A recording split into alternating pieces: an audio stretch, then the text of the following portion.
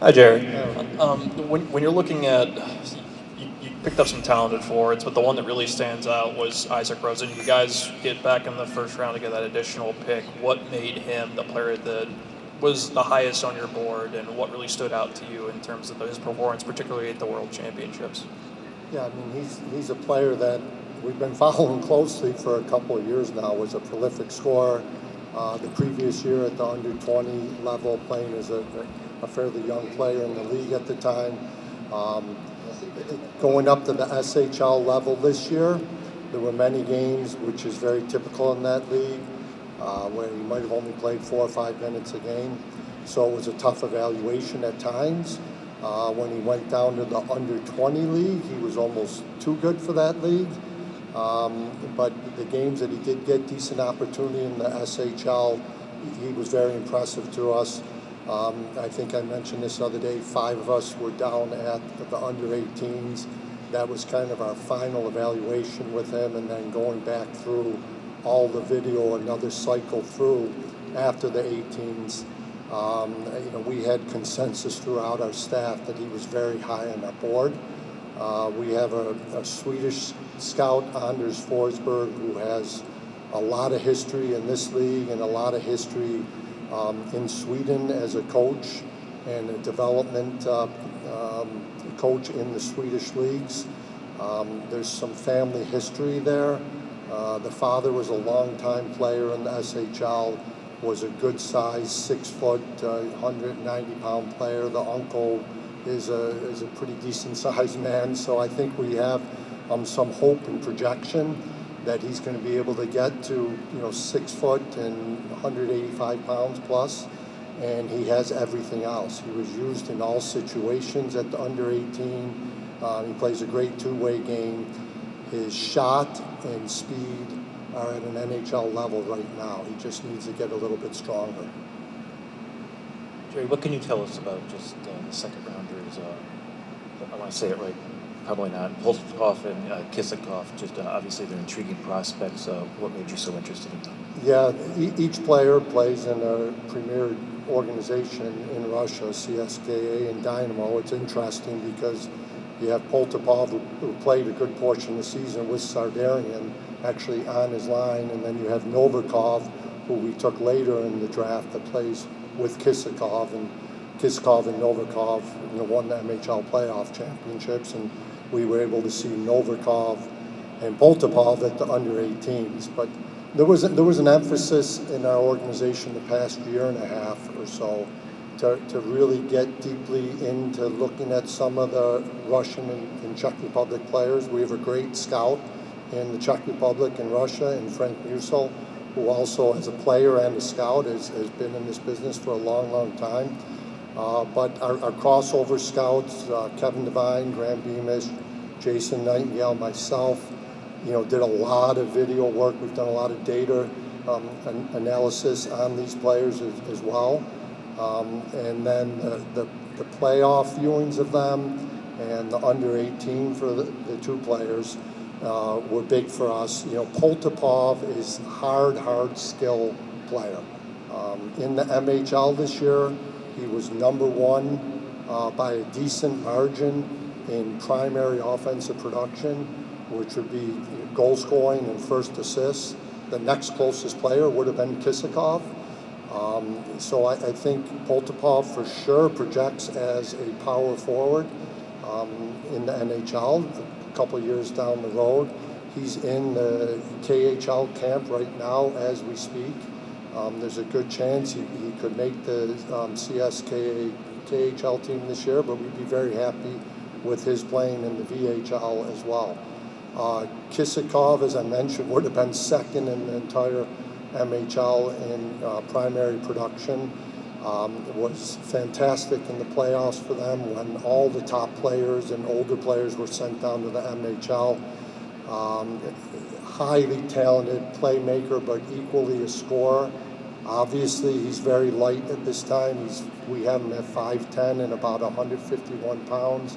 The hope there for sure would be that he could put on some weight, but he's a dynamic player, and He doesn't have the hardness that Poltapov has, but he certainly has just as much of an edge to his game as Poltapov does, and very good pushback, which is what won us over.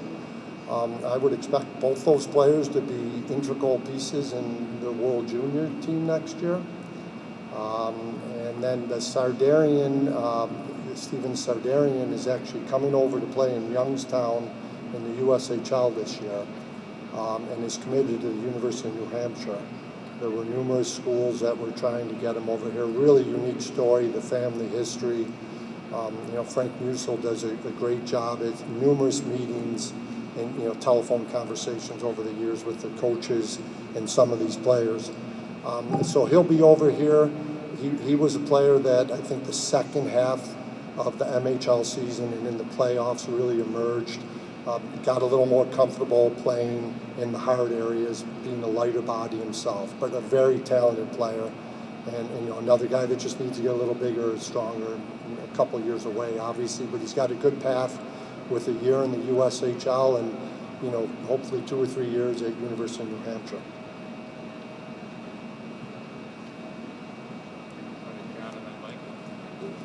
With your college background, you know what the NCAA does and doesn't do for some players. When the conversation turns to Owen Power, what will you say? What are you thinking? Well, that'll certainly be above my pay grade, but it's never hurt a player to go back for a second year in college. I understand he's the first overall pick and what the expectations are for those type of players, so that won't be my decision. But if you just look at recent history with Cal McCarr and Werenski and Charlie McAvoy and Quinn Hughes, all these players went back for their second year, dominated in college, and it made their transition to the NHL very seamless. In Owen's case, if that ultimately ends up being the path with him, he'll also have the opportunity to play in a World Junior this year, which he did not have the opportunity to do. And with the tournament being in Canada, I would imagine that's pretty important to him. I will tell you, a big part of our process with Owen in this past year, and everyone here will find this out very quickly, he is a very highly driven, a high character human being that is going to do things his way. And he's going to take the path that he thinks is best for him. He's a very independent thinker in that regard. It's what makes him a special hockey player and a special person, is our opinion. So he's going to do what he thinks is best for him, and we're going to obviously support that decision. Jerry, you delved into a little while ago about the Russia thing, and 5 years ago was the last time the Sabres took a Russian. The previous staff tended to like guys from Sweden. It was pretty clear. How much as an organization, when you evaluated yourselves, did you find that you were behind and needed to kind of make a philosophical shift here? I think that definitely went into the process when I talked about, approximately a year ago, and this is not my decision. This was an organizational philosophy to take a closer look at this. But I will say, we did not go into today's draft thinking, we need to draft or are going to draft 5 Russians. I think we had a very strong comfort level with a lot of the Russian players on our list. They've all played a great amount of hockey the last 2 seasons, regular season playoffs, a lot of international competition over there. Frank's been to plenty of live games over in Russia and in various other venues in Europe. So we had a comfort level. We have great video, and the analytic data out of the Russian leagues is very advanced and very accurate from our perspective. So all that gave us a comfort level. We placed the players where we placed them on our list. And, we had plenty of light moments up there as, another Russian was coming up on our list, and it looked like he was going to be the next player on our list. And up until our very last pick today, we went straight off our list.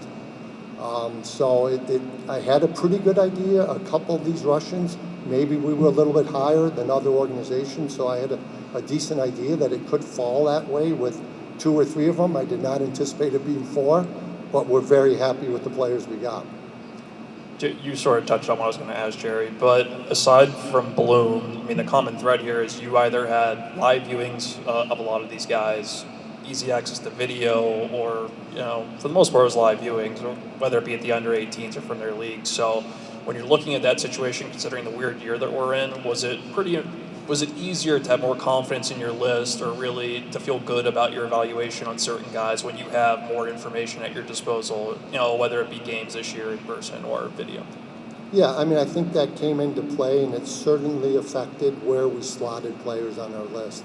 In the case of Bloom, we have a scout that's been with us for quite some time that used to cover Ontario for us in the past, Graham Beamish, and has done more crossover work now. He was actually able to get up to Ontario and watch a number of skates with informal skates with Bloom this year. We had tracked the player in his underage year.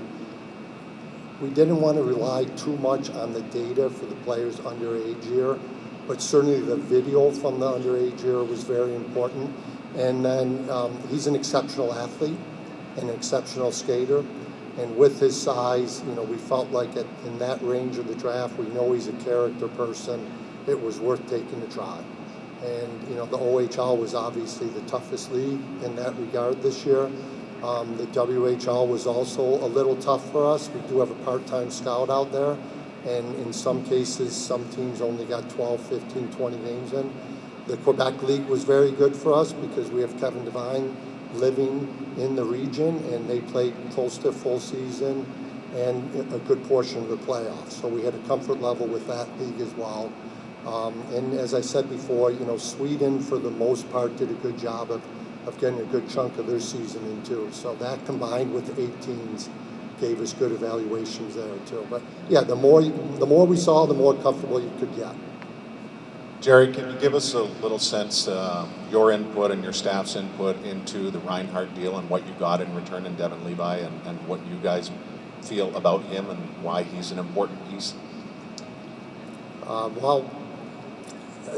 Our input in terms of the Sam Reinhardt deal was, for the most part, restricted to the value of how we saw a pick this year versus next year's draft. In terms of the prospect coming back, I was on the U.S. World Junior staff this year, so I had a little history with the player. I certainly know the coaches at Northeastern very well. Our pro staff did a good job. Our goalie staff did a good job watching the video that was available on him. I can tell you, the feedback we've always heard on the player is a very high-end character player. He's got quite the reputation in the Montreal area with his skates and workouts with all the pro players in Montreal, and I've heard that from numerous NHL players over the years, how impressed they are with the kid's character, complete professionalism. So that all factored into it as well.